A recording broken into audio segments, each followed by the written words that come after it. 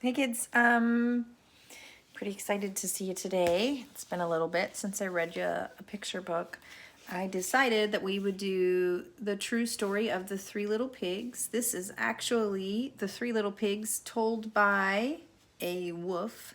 His name's Alexander, I believe, but the author is a wolf.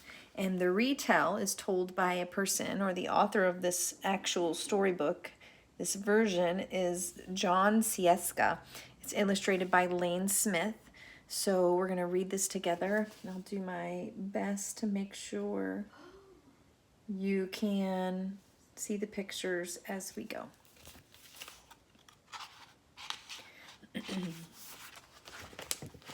The true story of the Three Little Pigs.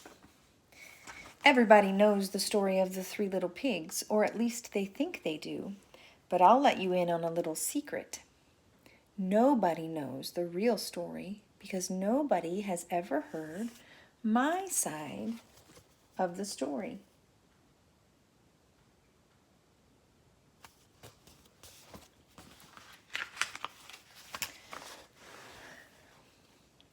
I'm the wolf.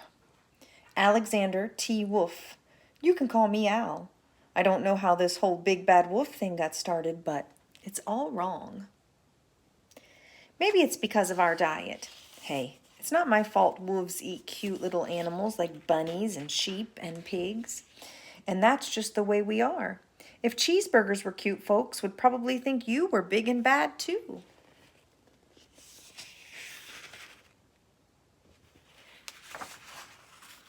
But like I was saying, the whole big bad wolf thing is all wrong. The real story is about a sneeze and a cup of sugar. This is the real story.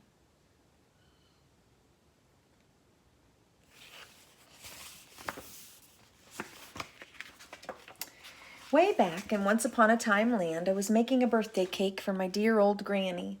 I had a terrible sneezing cold. I ran out of sugar. It's his granny's birthday. So, I walked down the street to ask my neighbor for a cup of sugar. Now, this neighbor was a pig, and he wasn't too bright either. He had built his whole house out of straw. Can you believe it? I mean, who in his right mind would build a house out of straw?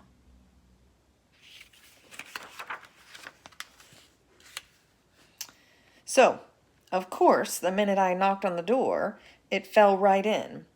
I didn't want to just walk into someone else's house, so I called, little pig, are you in?" No answer.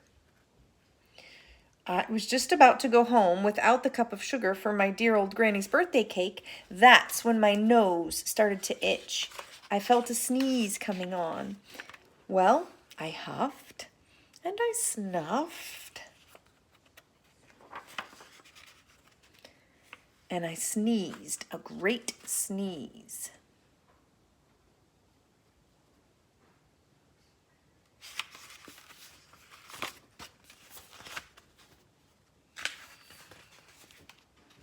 And you know what? That whole darn straw house fell down, and right in the middle of the pile of straw was the first little pig, dead as a doornail.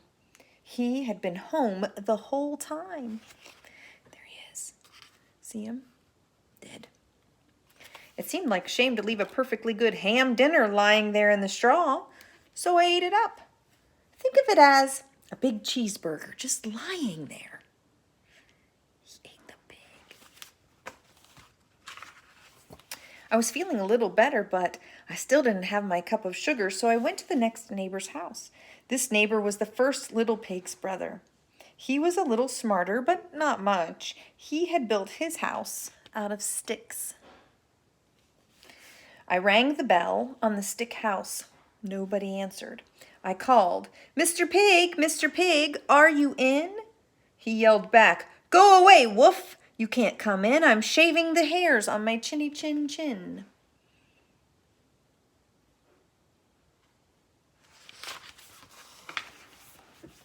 I had just grabbed the doorknob when I felt another sneeze coming on. I huffed and I snuffed and I tried to cover my mouth, but I sneezed a great sneeze. And you're not going to believe it, but this guy's house fell right down, just like his brother's. When the dust cleared, there was the second little pig, dead as a doornail. Woof's honor. Now, you know food will spoil if you just leave it out in the open. So I did the only thing there was to do. I had dinner again. Think of it as a second helping. I was getting awfully full.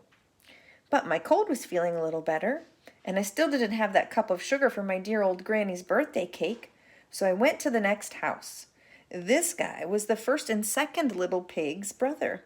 He must have been the brains of the family. He had built his house of bricks. Look at him. He is getting very full. Look at his belly.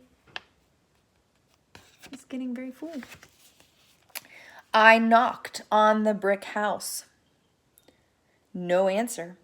I called, Mr. Pig, are you in? And do you know what that rude little pointer answered? Get out of here, Woof. Don't bother me again. He is kind of rude, huh? Talk about impolite. He probably had a whole sack full of sugar, and he wouldn't give me even one little cup for my dear, sweet old granny's birthday cake. What a pig. I was just about to go home and maybe make a nice birthday card instead of a cake when I felt my cold coming on. I huffed, and I snuffed, and I sneezed once again. Then the third little pig yelled, and your old granny can sit on a pen. Look at that. Now, I'm usually a pretty calm fellow, but when somebody talks about my granny like that, I go a little crazy. When the cops drove up, of course, I was trying to break down this pig's door, and the whole time I was huffing and puffing and sneezing and making a real scene.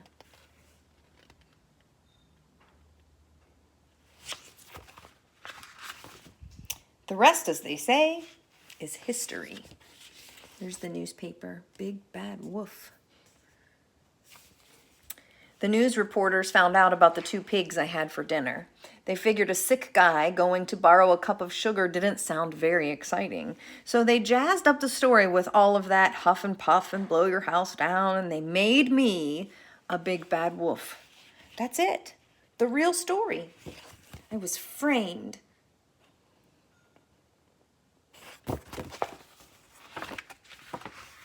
But maybe you could loan me a cup of sugar?